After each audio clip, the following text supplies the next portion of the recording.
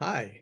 Today Hi. we're celebrating Ken and Lisa Jordan of Accent American Inc. Cleaning and Disaster Restoration. Okay. Hi, Ken and Lisa. How you doing? Hi, how are you?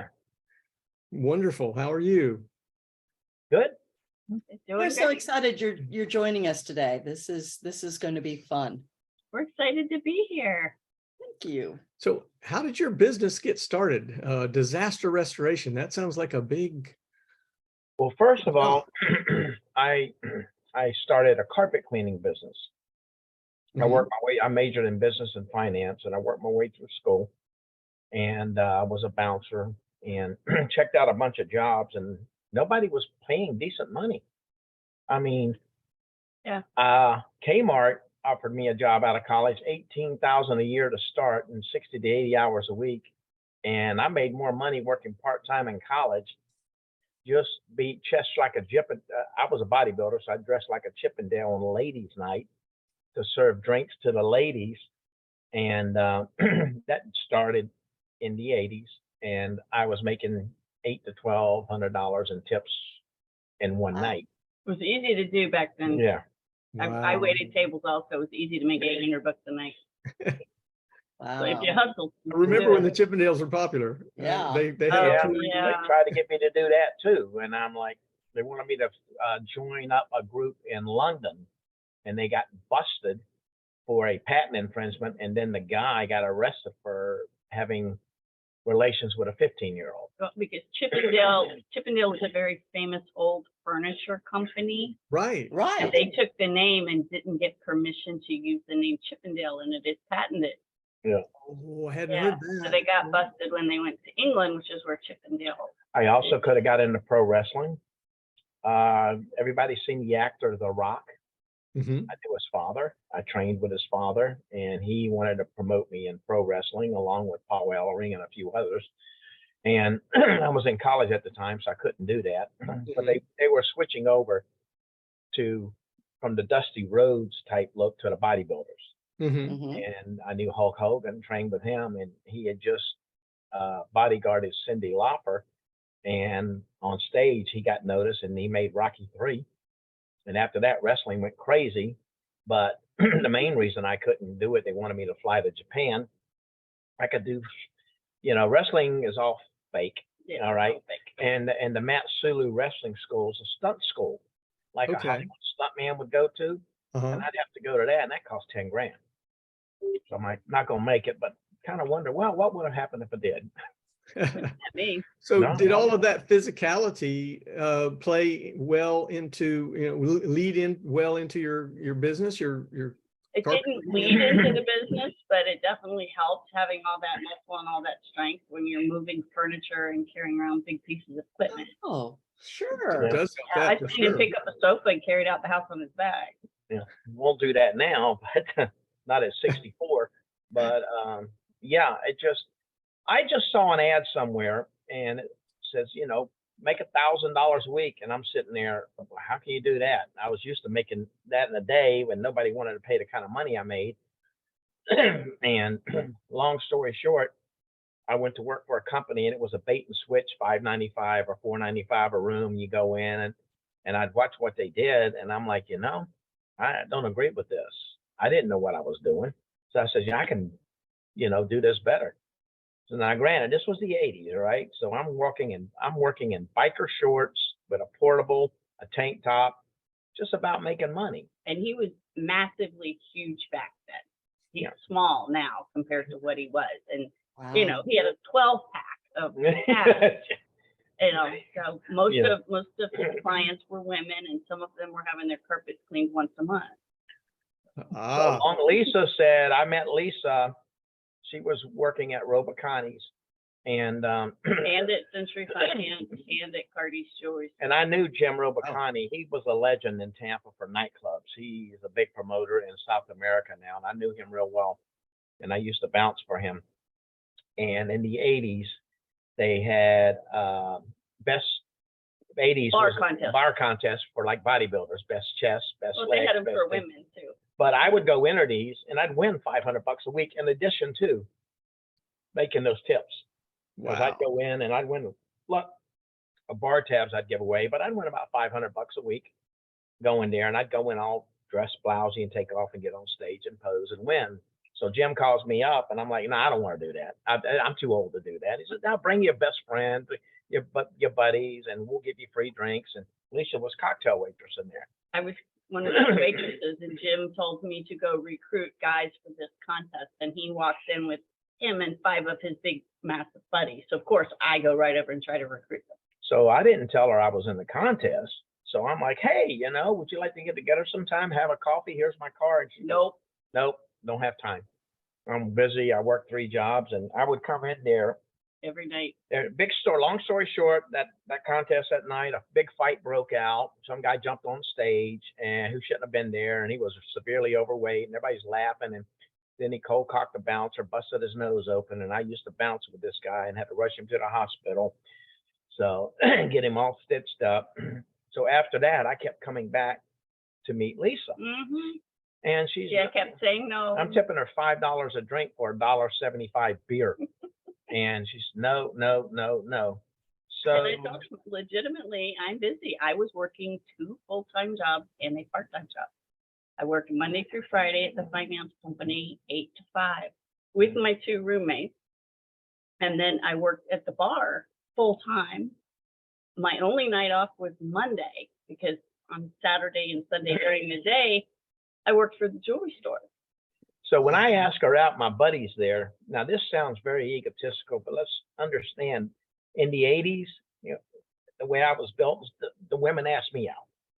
Okay, they'd come to the club, they'd want to go out, and it's just like the eye candy thing. He was also a male model. Yeah, I did some modeling too. I'll show you some Okay. pictures. This was during the John Travolta days, right? Of Pretty much, yeah. Staying Alive. Well, what really kicked it off, after you had John Travolta, then you had the country western thing kicked off, and right after that, Flashdance came out. yes, I remember that. So when Flashdance came out, all the women, which the gym became the new meat market. Mhm. And I was at a gym that was hardcore. I mean, our dumbbells started at 50 pounds.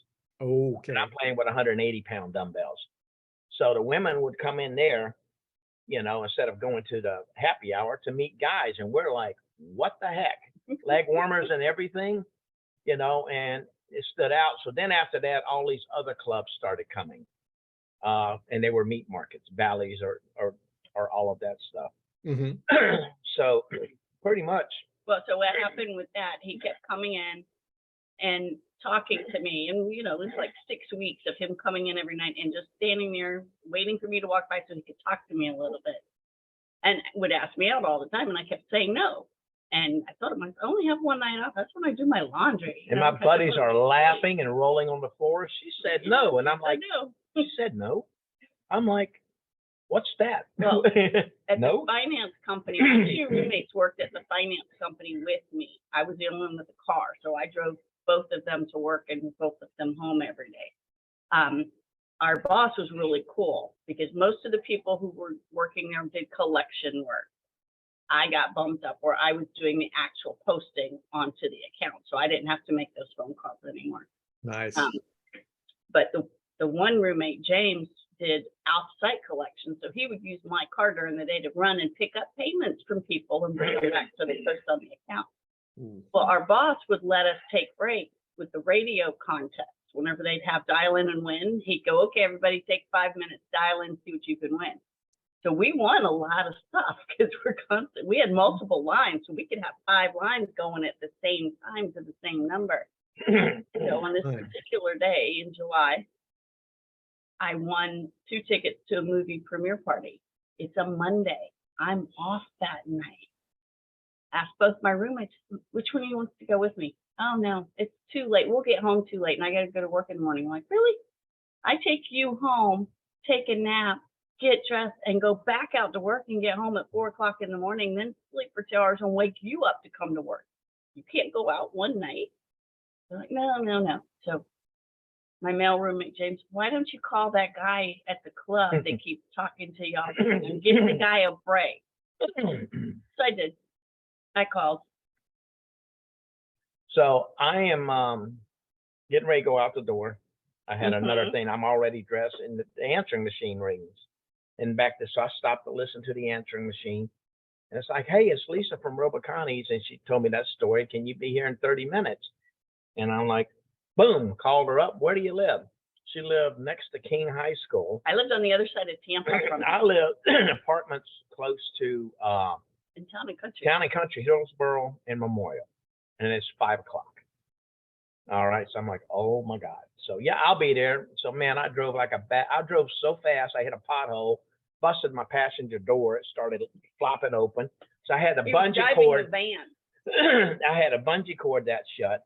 So I finally get to her apartment and I start walking out the car, and then her roommate goes. My male roommate, James, who was kind of built, nothing like him, looks out the window and he says, this guy, he says, is he kind of big? And I'm like, yeah. He goes, is that him? And I'm like, yeah. We lived on the second floor. And he goes, okay, see ya. And ducks in his bedroom. So she comes out, and Lisa had $1 million legs. That's what attracted me. Still to her. do. Yes, and those 5-inch heels and a mini skirt. And I'm like, oh my God, mini. So anyway, I'm like, you're going to have to get in on the driver's door. I just broke that door. And she's like, yeah, right. So she goes in. I make sure I turn and I look the other way. And I looked back and made sure he was polite. He was looking the other way, because I literally had to crawl over the driver's seat in a micro mini skirt. Oh kind of my. Cross your legs before you sit down. Yeah. So we get to Harbor Island. It was a club. What was the name of that club? Blueberry Hill. Blueberry Hill. And she won a movie premiere. It was a movie with Cyndi Lauper and Jeff Goldblum about psychics. We finally saw that movie about 2 years ago. 2 years ago. This was 35 years ago that we were supposed to. So we're talking and drinking, and she, oh my God, could she drink? I spent $280 on the bar tab, and she drank in the 80s. In the 80s. So we end up back at Roboconnies at about 2 in the morning, and everybody's cheering and clapping. They're going, finally, yes. So anyway, after that, that was our first date. Prior to that, working in the club, our boss, Jim, would have meetings with the staff. The staff is mainly female. He liked female bartenders, female wait staff. We had one male bartender, and the bouncers were the only other male crew. So he would always tell us, ladies, don't go out with the guys who come in here. They're all crap. They're all, assholes and that kind of thing. And then one day he looked at me and he says, except Kenny, he's a nice guy. I said, what are you talking about? I'm not seeing Kenny. Why is everybody talking to me about this Kenny guy? So when we finally walked in, everyone's like, yeah, you finally got together. That was our first date. We've been together ever since. Wow. We knew we were getting married on the first date. Yeah. The things we talked about, having the big house, a lot of land, bunch of dogs, raising our own crops, and that's where we are. We bought this in '99, and so naturally, I got to tell her I had a business. I have a carpet cleaning business, upholstery cleaning, and so she came on and she would help me with the business, and she would work at the bar. And I told her, you don't have, it's up to you, but you don't need to work 3 jobs anymore. We'll move in together, put our bills together. I'll have the business lease the car, and we can use it and write off the payments. All right. And you put all your tips in a jar, which turned out to put all that coins. We had one of those big 5-gallon Referrals bottles, and I would bring home the change for my tips, which is quarters always. We filled up that jar. It was over $6,000. Helped us put a down payment on our first house. Yes. Wow. Because we needed to come up with like 10,000 or something. And we bought the first house in '89. So I met her in '88, and then towards 89 we got in there. 89 we bought the house. We got married in 90. Then we bought this place in '99, and so she would help me with the business. I'd drag her out in the field. Well, I would come home in the evening and help him with paperwork, which he's horrible at paperwork. Yeah. So we bought a computer, and I started putting things into, the computer bookkeeping program for him and that kind of stuff, and making sure that all the bills got paid so he didn't have to do that. And I also made him start wearing a uniform. Then we found out about certifications. Back then it was called the IICUC. IICRC now, and I became a certified triple master in the industry. So in terms of what that means, they teach at Purdue University now. It's a 10-year course. And there's less than 500. 550 people worldwide who have his level of certification. So that Okay, so that would answer the question of what sets you apart in the industry. Right. That's it. He's a IICRC certified triple master. You ever look at his list of actual certifications, it fills up a full page. And we figured it was over 10 on the sleeve, over 10,000 hours of classroom training. Yeah. Wow. Plus hands-on, plus testing, plus for certain ones you have to get the certification and then be a journeyman for 2 to 4 years and show actual proficiency in the field. And he was also what they call a performance assessor, where they would take, say you were a carpet cleaner, you would come to the assessment and I helped on the side, run you through certain tasks. Like, how do you measure chemicals properly? And people don't know how to measure. And pH. And how do you measure pH? how do you pull back the carpet, clean and replace the pad when there's pet urine, and then reinstall the carpet? There's different things like that.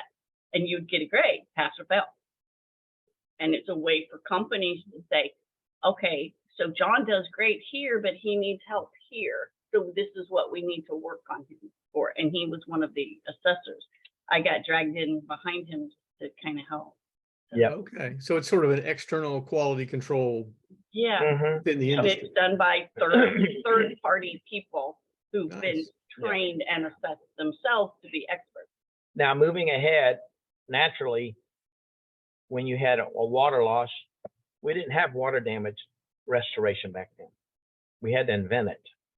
So who would you call? You'd call the guy that sucked water out. And then you say, well, can you dry this or that? So we'd put fans down. Yeah. Lo and behold, we think we're drying, but we're not. Walls started molding and all of this. So mold became a big issue. I don't know if you remember the Melinda Ballard case in Texas, where her family got sick from mold. They had to sue farmers insurance, and they had to tear the house down. So that's the one Aaron Brockovich came in, took over, and basically, after she made that movie, she became the lawyer, and she took that mold case. So now they came up with a certification for mold. We came up with a certification for water damage, how to do it and dry it properly so you wouldn't get mold. We served on committees to help establish these standards. He just recently did a committee to rewrite, which was the odor decontamination deodorization. He served on the committee to help completely rewrite that standard and rewrite the training protocol for it. And they dragged me in for some reason, even though I don't have the certification. Yeah. So what happened is, naturally, one thing led to another. So carpet led to upholstery, which led to tile and grout, which led to this, which led to floor, which led to water damage, rug cleaning, all different certifications, drying a building out, crime scene cleanup, biohazard remediation. So COVID cleanups. All of that. So that's where we grew to. Okay. So you didn't start with the crime scene part of it.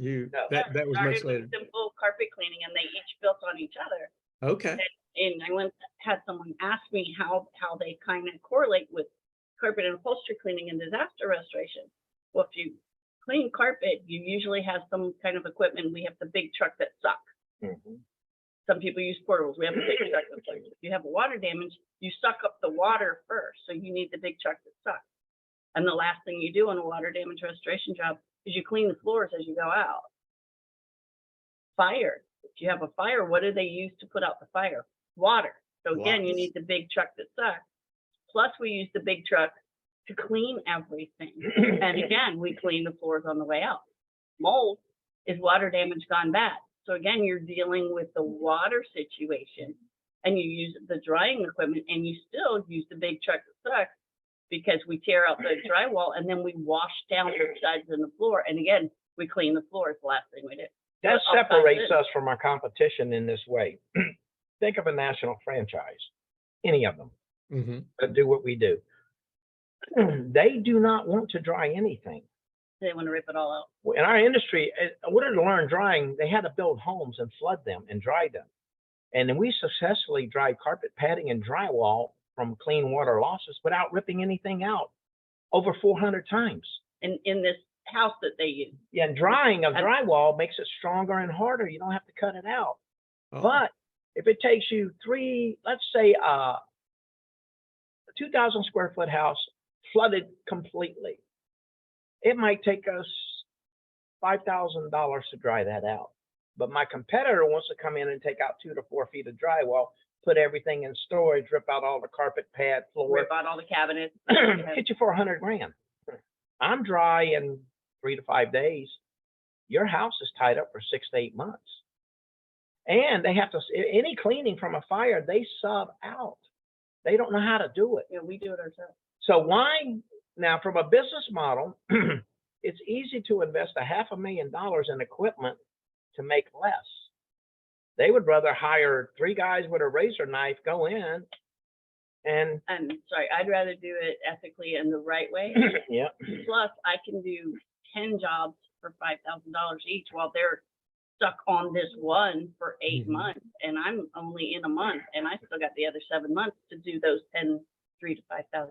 Now think about it. All right, your house, a pipe breaks. All right, and you got a company that can dry everything out and guarantee it. No odor, no mold, no nothing.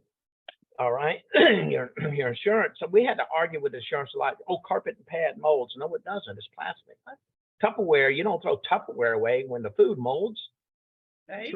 There's so much crap wrong about mold, and I could talk 3 hours just on mold. All right, and so it naturally, came to fruition that way. Okay, now you got to. So what do you guys love most about working together as family? We are together. We get along great. We love working together. We don't have to have time apart. We spend all our time together. Pretty much. And I've trained her. And honestly, when it comes to cleaning, especially crime scene, women are better. Men are lousy. Yep. Men make lousy cleaners. They are not. When I got to do detail cleaning, be it fire or be it mold or trauma, no, but women. For the level that we clean at, it's way beyond your housekeeper type cleaning. Right. Because we are looking for bloodborne pathogens and viruses and bacteria, where they're just looking for spit and polish surface clean. Sometimes when we go through and clean to disinfect, it doesn't look pretty. That comes later. You got water stains on your mirror. Okay, Yeah. This is about getting it to pass a test, saying you are healthy clean. We clean carpets and the floors the same way. Like if you mop your floor, you're not cleaning anything. What happens as soon as you squeeze the mop in the wringer and dip it back in the water? Well, one of the things we really enjoy is every day is different for us. We don't have like this set schedule. It's not just a job, it's an adventure. We don't know what's going to happen tomorrow. We work with a lot of property managers. We had one, we're still waiting for them to pull the trigger on, that their tenant was getting evicted. Before they could get him out, he died. 10 days. He was there for 10 days before they found him, and his poor little dog got hungry. It wasn't a little dog. He was about. His poor dog got hungry. So the situation is he's dead. So now they have to find his family, and they can't do anything with the unit, even though they were in the process of eviction. He hadn't been legally evicted yet. They can't do anything with the unit until the family is notified and it has gone through probate, and the family has the ability to come and take whatever possessions they want. It was flea infested. Well, and in the meantime, we go over there to do just some basic cleanup, and they had the power turned off because he didn't pay his bill because he's dead. And now they're trying to get the power turned back on, but because of the probate situation, the power company's going, no way, you can't do anything. So they're stuck, and they've got this unit that they can do nothing with. There's no rent coming in and no hope of any rent coming in until probate goes through. So this kind of stuff we run into. We ran equipment to knock down most of the odor so they can at least get in and to get the contents out. Yeah, well, this is the same property manager who during Ian had one of his houses that was rented to a family, and 3 huge oak trees fell on it. Boom, boom, boom. Went through the roof. Came through the roof, came through the ceiling into the living room while the family was having a birthday party in the other room. Luckily, they were in the dining room and nobody got hurt. Broke the trusses and everything. And we went in and just cleaned up all the mess off the And floor. dried it, yeah. So you could actually walk through the building without slipping and falling. Mhm. And then the tree crew came in and pulled the tree out and made a huge mess again. So we had to go and clean it all up again. So, but Sounds this- like you guys could have a second division selling insurance, because with all your Yeah, we stories, should. you can sell insurance. We've been like all day contacted long. for reality shows, twice. Discovery Channel, and the problem was they want drama. They want you to make up stuff. Yeah. Well, What the hell's wrong with the you, first- or this? The first time they said, take some video. So I'm out in the field, and we were working with a general contractor and his crew on a mold job. And we're in there in the full suits and everything and ripping out drywall, and I'm taking video, and I send it to them, and they go, well, where's the drama? You know, we need you guys like fighting and bickering. It's like, it doesn't work like that with us. We don't have that kind of stuff. And then the second one, Dirty, rotten cleaner. Dirty Rotten Cleaners. We were supposed to be at that show, and they interviewed us, and they were just getting ready to start filming when something happened in the background, and we got cut. Well, right after that happened, we had a major hoarder house. Roaches with spiders. We had a house that was infested with spiders and German roaches. Plus, he was a 40-year smoker, so there was nicotine. Plus, he had a couple of cats that were using his dirty clothes laying on the floor as their potty. So that would have been a huge one for their show. Then we had another crime scene. We had the one where the guy had the aneurysm and bled out in his chair in the 8,000 square foot house. Mhm. We had all these interesting stuff. So I emailed him. I said, you're missing out on all of it. Because people see episodes of their show and they're like, there's nothing there, but they're bickering at each other. They're not really doing anything interesting. Like you. When they interviewed, the first interview, I said, what do you want to talk about? Blood, mold, or crap? And they're like, oh, yeah, he's our guy. I said, okay, just ask a question. Yeah, but one But of you the don't bicker producers enough to said- be said, on "No, we're TV." cutting." Yeah. What a shame. But you still have to tell them about the accident. I was playing basketball on a carpeted court for wheelchair patients. My thighs look like Earl Campbell, if you've ever watched Earl Campbell running back. Huge. All right. I was about 260, really big. So I ran down the court to make a fast break, and the carpet gave loose, and I blew both patella tendons. At the same time. That's the Whoa. one that's from your kneecap going down. Oh, yeah. So they rushed me to Brandon Hospital. They didn't know what to do. His kneecap flew up into his thigh. So they had to, I finally got to Florida Orthopedic, met Thomas Bernasek. Well, first we went to Brandon Regional, and they kept you on the stretcher in the ER with monitors on you for 24 hours, and the doctor never came to see him. Did nothing. It did nothing. We didn't have health insurance. We just got married a year before, not even a year before. So brought him home, and then someone said, go to Tampa General. So we had a friend who had a van and a wheelchair. So we loaded him up in the back of the van in the wheelchair and hauled him off to Tampa General. And Dr. Thomas Bernasek happened to be on duty that night. And we told him we don't have insurance, this and that. Don't worry about it. So Dr. Bernasek fixed him up and didn't know if he'd ever walk again. So this is less than a year after we got married. And then shortly Wow. after that, found out I'm pregnant. Oops. Yeah. Because he was the main How soon breadwinner. after that? It was just a couple months later that we found out I was pregnant. And you still didn't know if he was ever going to walk? Mm-mm. I had no idea. Mhm. He was Wow. still Well, that laying on the certainly- sofa, unable to walk when I came in and told him that I was I sat in pregnant. a CPM machine. It's a thing that would work your legs for 2 months. Mhm. Go to the bathroom, and I have buddies. After a while, I said, pick me up, take me to the gym so I can at least work upper body. It got so bad, I finally said, I got to go to work, wires or not. They had to put a screw through my kneecap, Mhm. the screw through my bone and the lower bone, and wrap it with wire to hold it together. Well, timing, both my trucks blew up, and didn't have the money to rebuild my engine, so I bought a used truck. It was stick shift Ford. So as I'm driving down the road, I'm pushing the clutch, wire breaks. I hired another kid.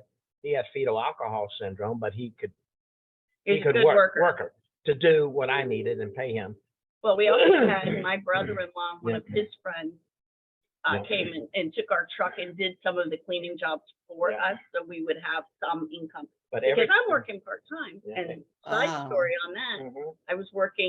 I left the nightclub. I was working in a hotel in the bar, just serving drinks a couple nights a week for extra money. and went to my boss and told him what happened. And he goes, what can we do to help? I said, I need more money and I need it now. Yeah. So he said, okay, I've got like paperwork and stuff in the office that you can do for me and we'll pay you for it. So I went back and started doing all of his reports and all of the paperwork for the food and beverage operation in this hotel. Well, the corporate office saw that the reports were coming on in time and accurate. And they said, well, what's going on? And he told them, well, you know, Lisa's working in there part-time doing all of this for me. Well, they created a full-time position for me for 30 grand a year, which in 1990 pretty decent money, plus full health insurance benefit. And I found out later that I was pregnant, so it was covered. Yeah. But that created a position. And from there, I went to become, in less than 8 months, assistant to the general manager.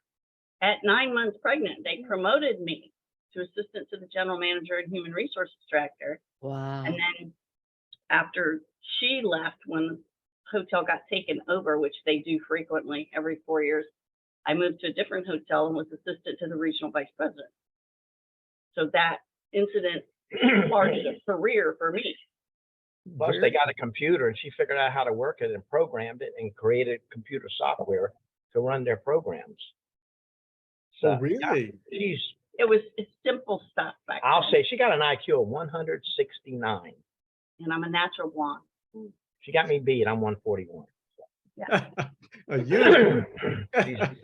Absolutely. Don't ever play Wow. Scrabble or words with friends with. That's so you guys overcame that. Apparently you healed because I healed. I had to Mhm. teach myself to walk, and I had to. And every time I pushed that clutch, it stabbed me in the tendon. Well, the minute I told him I'm pregnant, that was the spark that just got him up, and I got to do something. I've got a child to support now. I've got to go. Anyway, he'd run upstairs carrying a floor shampooer and a portable, because I didn't have a truck mount yet. And when it came to a truck mount, I found one in a junkyard and built it when I got well and put it in a truck. So my first couple I built, because back then good truck mounts were running 40 grand. All right. So Now they're 100. or more. So I built the system. If you ever see our big red truck that we drive around in, we work out No, of, we've if you not ever had see that it, honor. it's about 250 grams to outfit that truck today. Wow. We got lucky with it. We bought the truck used. The truck mount unit that's in it. It's a funny story. Okay, we got lots of stories. We go to our annual conference every year, and it's usually either in Vegas or another city. It was just in Fort Lauderdale, and they would have these raffle prizes where you buy a $1 ticket and you stick it in the cup for the prize you want to win. And I always win some stuff. I still do. They don't do raffle tickets anymore. They do it different, but I always win something. So we go in and they're drawing for the prizes, and I win a machine called a CRB. It's a counter rotating brush machine. You use it to clean floors, and it helps get up. It pulls the nap It up and pulls the nap up on the stuff out of carpet. it. Yeah. Well, Ken had been talking to a guy named Troy. Troy had a truck mount cleaning unit that was down here in Tampa at the shop around the corner. No, he shifted to. Or he shopped it. There was something wrong with it. Needed rebuilt. It needed to be rebuilt. And they had been negotiating, talking about Kenny maybe buying it from him. Well, Troy comes running over to me and he goes, hey, I'll trade you that truck mount unit for that CRB machine. So the joke is I got the truck mount for $1. And it was, Because I paid $1, I won the truck mount and traded. It was about I won the CRB. the other and traded machine's it. worth about $2 grand, so I had a buddy rebuilt it. To buy that machine today, it's ridiculous. So it's very powerful. I mean, probably one of the most powerful machines you can buy. So we got into that. Yeah, we got into that for $1. wow, that's quite a story. Yeah. You know. And Well, I won another machine too. I won another machine that was what, $6,000. yeah, that portable we use for high rises. They would draw your name, and I kept joking around. I'm going to win that grand prize. I'm going to win that grand prize. And we're at a pool party in Vegas, and Ken's sitting at the table with my mother, and they're drawing prizes. So I get up and walk around to the opposite side of the pool where the podium and the stage is, and I'm just kind of standing there next to a tree waiting. And all of a sudden, Larry, the guy who runs the show, who knows us very well, pulls out the name for the grand prize, and he looks around and he goes, Jordan. I never seen her run so fast in those stilettos, man. My mom's like, what's going on? And Ken's like, she just won something. She's up on the stage. And then he sees me standing next to this big portable machine. He's like, oh, she just won the grand prize. Yeah. Congratulations. Keep going on some interesting Oh, yeah. stories. We've got 30 I think you guys have a book. I think Yeah. you got an absolutely natural book of stories that you could. Probably. Oh, I could write a Yeah. book based on a lot of things. Oh, yeah. Absolutely. If nothing else, Well, your hey, beginning years and subsequently. yeah. I knew very famous people. I knew Dr. Martin Luther King Jr. as a kid. I sat on his lap. When Jesse Jackson's stepmother read us Bible stories. We had the same birthday, and that's where I got my conservative values from. And my mother was best friends with Anne Frank. She's from Holland. Holland, the Diary of Anne Frank. Yeah. So my mom was in Holland under occupation by the Nazis. Yeah, she unfortunately died at the age of 54 of breast cancer. Oh, I'm sorry. Family was in the Dutch underground, Wow. helping Jews escape Holland. I mean, Yeah. Yeah, I can say you guys have got stories. you've got a publishing career again we talk ahead about it, of but man, you to when you publish a decide book you is want. expensive. Yeah. Yeah, it's expensive to publish. So So ask us some questions. is there anything about being in a family business that you know now that you wish you had known when you started this? I wish we A had city known. job, I wish yeah. we had known more about the Small Business Administration, because we didn't know any of that. And the Small Business Development Council, we didn't know about any. Well, I of tried to that. get an SBA loan and I couldn't. Okay. Okay. And so I had to basically my vehicles I had to pay for. Where we paid for everything. We didn't get any loans. The only Okay. time we got a loan was when my dad worked for General Motors, and I could buy a vehicle with option A and get like a discount. And you could finance the truck mount with the truck at 5%. And I did that twice with 2 trucks. Fabulous. Okay. Well, Yeah, that's and a it was pretty about- sound piece of advice right there. It's minimizing debt in your business. Yeah, use your Right. money wisely. I mean, we're practically debt free other than that. Yeah, our goal is to pay the house And the off. one credit card we took out to buy the generator, Right.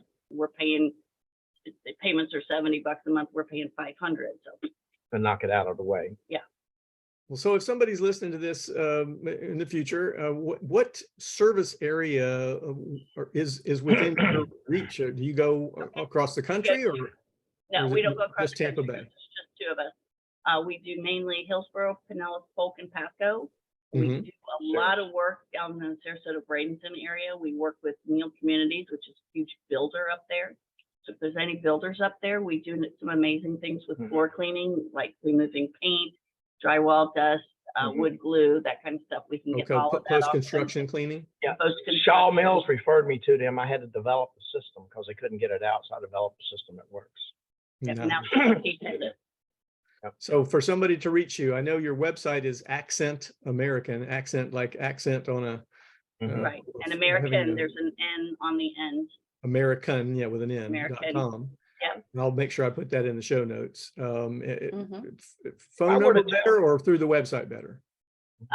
You can phone if people want to contact us by phone, it's 813-621-6015. That's what you call when you want it really clean. All If I right. could give advice mostly to consumers, you got to be careful of national franchises because they're not certified. The only certification, you can't create your own. The only certification is the Institute of Inspection, Cleaning and Restoration certification. So anyone can get in this business. They get an occupational license to do business. They say, I'm licensed. They get insurance and bonding, but they don't know what they're doing. Right. Go to school and learn. Learn the science first. Yeah. Definitely If learn the you're science. going to get into this kind of business, definitely go to the IICRC, then get in some of the Facebook groups that are out there. Truck Mount Forums is an amazing one. Rob is great about supporting other people, and he doesn't allow any crap. He doesn't allow people to bash each other or someone to try and steer someone wrong deliberately. Cleaners Connect. Cleaners Connect is another. There's a lot of people out there who are willing and able to help you if you want to get into this business. Yeah, someone can Or in run. any business. Look for those. Chamber of Commerce is great for that. Give you an example. Let's say you bought a brand new carpet and you have to, the new warranty requires you got to clean it every 12 to 18 months whether it looks dirty or not because of soil and sand. You got to have an IICRC certified cleaner. If you hire just anybody and they come in and they spray a pH about 10.6, you just fried your stain protection. You never even knew it. It's gone. And one of the biggest things I tell business people all the time is network. Get out there, meet people. We don't spend any money on advertising or marketing at all. Zero. See, we track every call for years because of networking.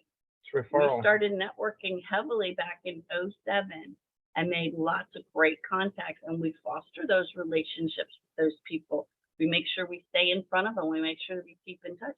That's where our business comes from, is from that small circle is where we're getting all of our business. Wow. In the beginning, when you, a new company, you got to create a customer base. Problem with people who call you, see SEOs and stuff like that, they don't work for us because let's be honest. If your house floods and you're at the computer, you're not going to go online to look for a water damage company. You're probably going to call your insurance, Right. or call someone you know. You're going to call your neighbor or your mom or somebody and go, hey, this is what happened. What do I do? Because people don't know what to do. Now, if you want to clean a carpet or a floor and you don't know what to ask, we've educated people how to market us in referral. You don't know what to ask, so you see an advertisement or you see something on Google and you call and your first question is, how much? I don't have time for how much. I don't have time to explain. I don't need 1,000 calls a day to spend 10 minutes trying to book someone. I'm going to book someone that, hey, so-and-so used you and I want to do, boom. Right. They're ready to hire us and pay. So how much callers are the leads? We don't want leads. No. We want referrals. And that's the hardest thing Someone to who's explain. ready to buy. To an SE. We can get you a phone. The phone rings. I don't want the phone to ring with someone I have to sell to. And getting back to that, you're asking how to communicate with us. I communicate with my clients the way they want to communicate. If they want to go on a Facebook and get to us through Facebook Messenger, I will respond, text message, LinkedIn, Instagram, however they feel most comfortable. And you notice I deal with them. She said clients, not customers. There's a big difference in our industry. A client values you. Customer values price. And they just keep moving to the next price. And a lot of these guys get caught up and they go out of business, and guys like us buy up their equipment because they pay for all this stuff and point per click and this, and they got no work coming in. So they end up going really, really cheap to get volume, and they're stuck and they work themselves to death. They can't afford an oil change a tire. They can't afford the right insurance. It all compounds because you're selling a service. If Coke or Pepsi, if you're like Coke or Pepsi, either one, yeah, you're going to buy which is cheaper. You can measure it, you can touch it, you can feel it. But you can't with a service. Right. Sounds like you've got a consulting business there you could also start. Oh, yeah. And that's the hardest thing to explain to people. There's several companies in this area that we have mentored in this business. Yeah. I've helped our competitors because the more of us they are, the more who are the tide rises, the boats rise. Yes, yes, So exactly. that's the crap floating in the water. Yeah. And you can clean it up. But so what we do right now, and other than a damage, we probably don't work most 20 hours. 2-3 days a week. That's it. But we're higher end, and we built our lifestyle. We got our stuff paid off, because at some point we're going to walk away from this. Not yet. We still love it. I mean, no, I'm going to die here on this property. Sorry. Yeah. Well, if someone, our property's worth about $1 million. We have 8 acres out here, and we've got our cows and we've got our chickens. We've had our pigs in the past. Got our crops. Got our garden and that kind of stuff, and it's peaceful and it's quiet, and we have great neighbors. So, and our daughter is a block away. We turned down one. So you brought that up. A lot of family businesses, the concern in a family business is that succession of what happens to the business when I'm no longer either want to or able to work. So you don't want it. She doesn't want it. She has no interest. So if we get to the point we're going to retire, we would just say, hey, come buy the equipment here. Okay, so you'll basically your plan is to liquidate and just shut the business down. Unless somebody wants to take that name, then if they want to buy the business as a whole, then we would sell it. Now, we turned down a $1.6 million offer in '09 from a builder, but we said, if someone comes along with 3-4 million, Fine. Mhm. all right, we'll consider it. Yeah. You know, because $1 million, 1.6, you go buy a house for 600,000. You can't live on $1 million for 30 years. I couldn't. No. So, Well, our Yeah. financial planner said if we had 750,000 to invest, we could retire, right? Well, that's yeah. but So $1 million would be even more. well, it sounds like with, your ability to sell insurance, to create a publishing empire with all your stories, Right? and to right. consult with other cleaners, that you could do Plus, we basically could over the sell internet. cattle You've got and- multiple Sell options. Cattle and pigs. oh, yeah. Well, We this has could. been such a pleasure. Thank you so much for joining us on our podcast. I see Mhm. another interview coming. Yeah. We will see you soon.